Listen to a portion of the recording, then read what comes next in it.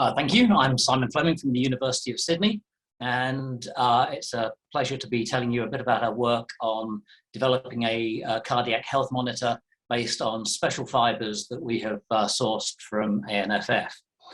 So the overview of the talk is here.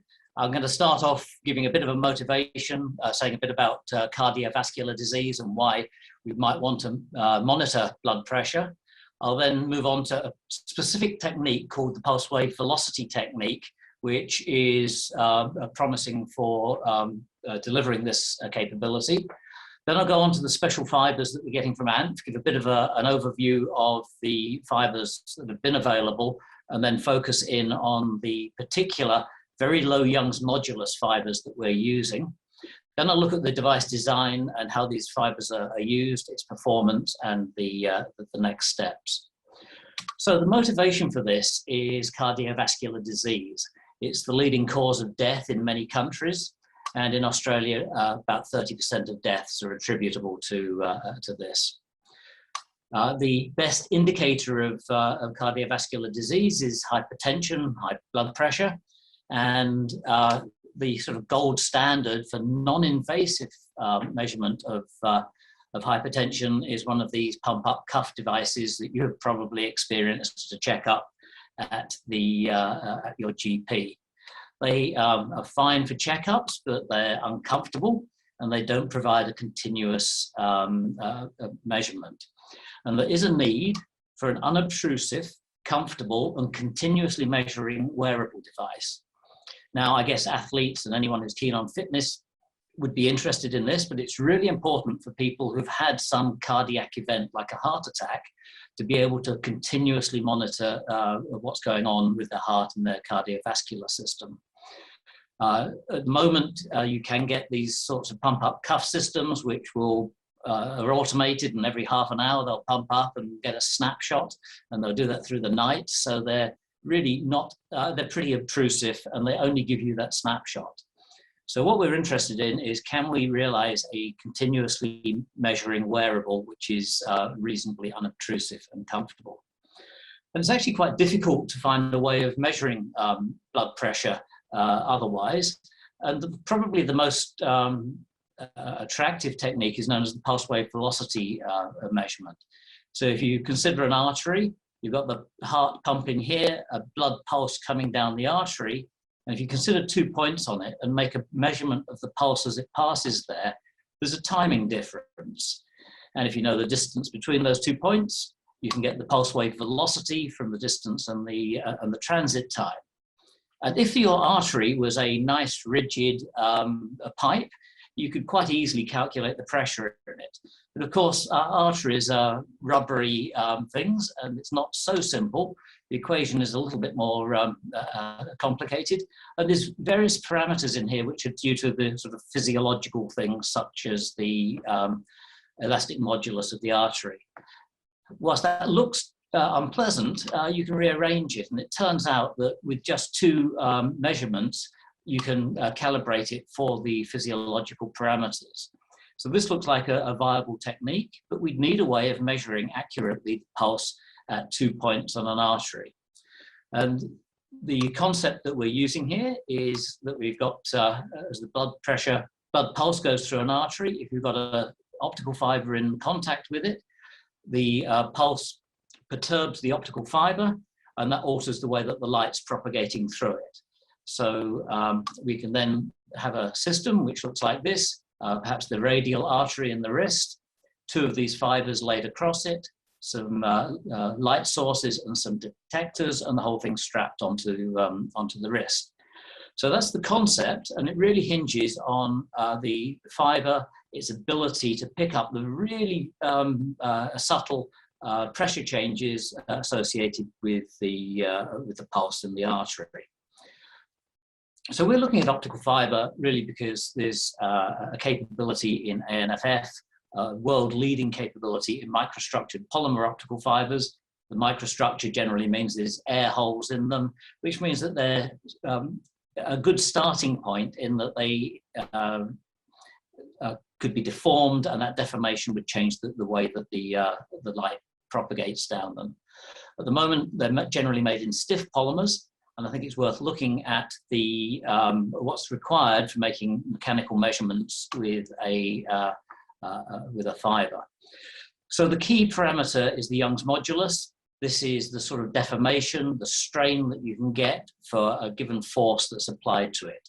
And what we want is a low Young's modulus, so you don't have to apply much force and you get a big deformation. The other thing to bear in mind is you can't stretch something infinitely. At some point it breaks. So the Young's modulus is the key parameter. So, but for a sensor, it probably needs to be at least similar to the material that it's measuring. So a good starting point is what's the stiffness of the tissues that we're looking at. And it turns out that body tissue has a wide range of Young's modulus values. We're probably interested in this region, somewhere around the 10 to 1,000 kilopascals. So that's what the body looks like in terms of the stiffness of the tissues.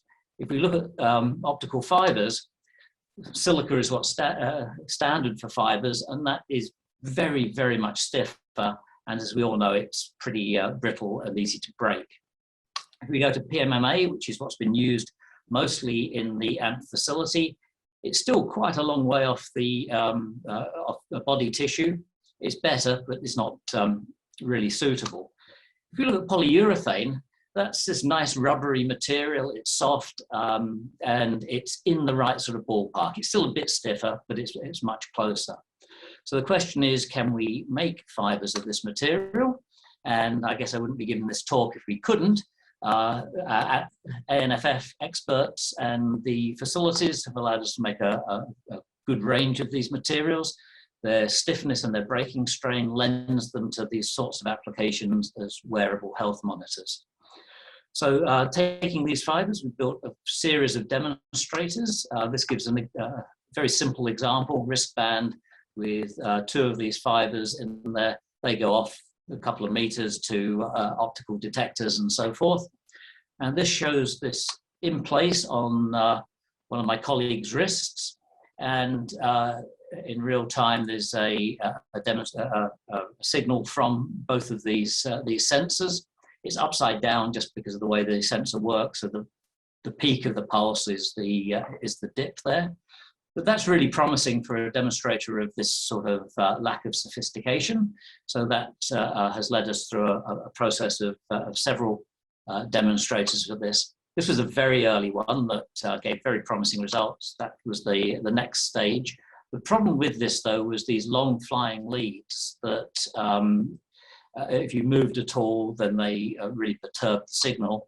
So we've 3D printed this module, which has allowed us to embed the electronics and the optics into the device. And this shows it in place on one of my colleagues' wrists.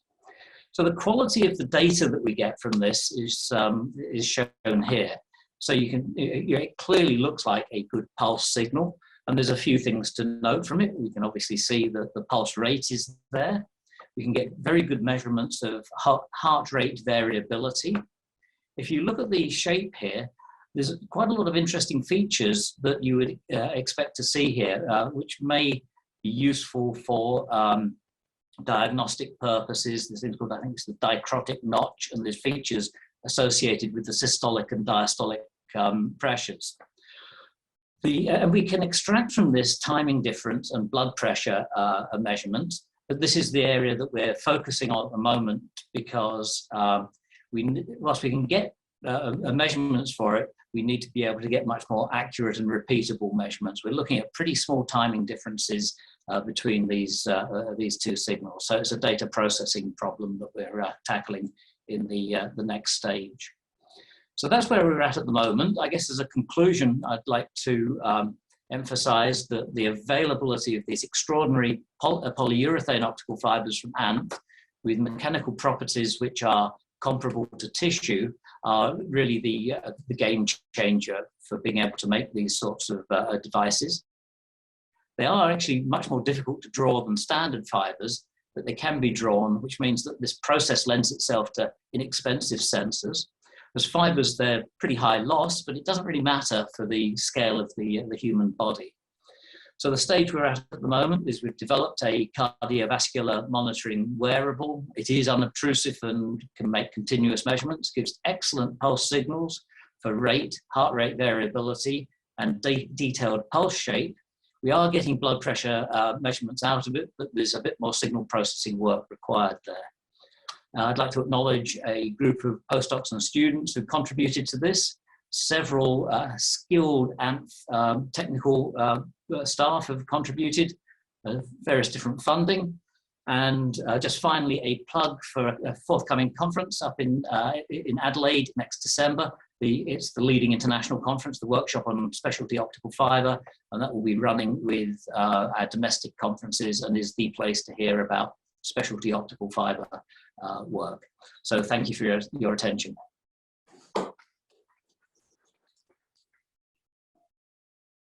Thank you, Simon. That was absolutely fascinating. We have a question from Matt in New South Wales. Does the patient need to stand still for accurate measurements, or can they move? That's a very good question. What we're aiming for is something which will cope with people when they're moving. I don't think it's terribly useful if they've got to be completely still. However, there are certain movements which will, this is measuring very, very subtle pulse measurements. So if you were playing squash, it would obviously disrupt it. So that's part of this signal processing, is how we can remove those periods where there's a big perturbation and get the pulses which are reliable. So there's a few things in there. To be honest, at the moment, we have to sit with our arm rested on a bench, pretty much as you would with a pump-up cuff. But that's where we're headed with this, is more signal processing to extract signals whilst there is movement happening. Thank you. And Marius has got a quick question as well too, is how much better is this compared to many of the smartwatches which offer a similar feature today? So most of the smartwatches do not offer blood pressure. They give pulse rate, and that's a much easier problem. You just shine a light into the wrist and look at a notch in the returned signal. Most of those take quite a while to lock in. What we're trying to do is a much more difficult problem of looking at the timing between two different places to get blood pressure. There are some systems on the market. The leading one is BioBeat, and understanding is that gets its two signals from basically an ECG measurement and a reflected measurement out of the wrist. But there really isn't a lot available in terms of accurately measuring blood pressure. Certainly not continuously and unobtrusively. Thank you for your time, Simon, and sharing with us. This was actually very, very interesting.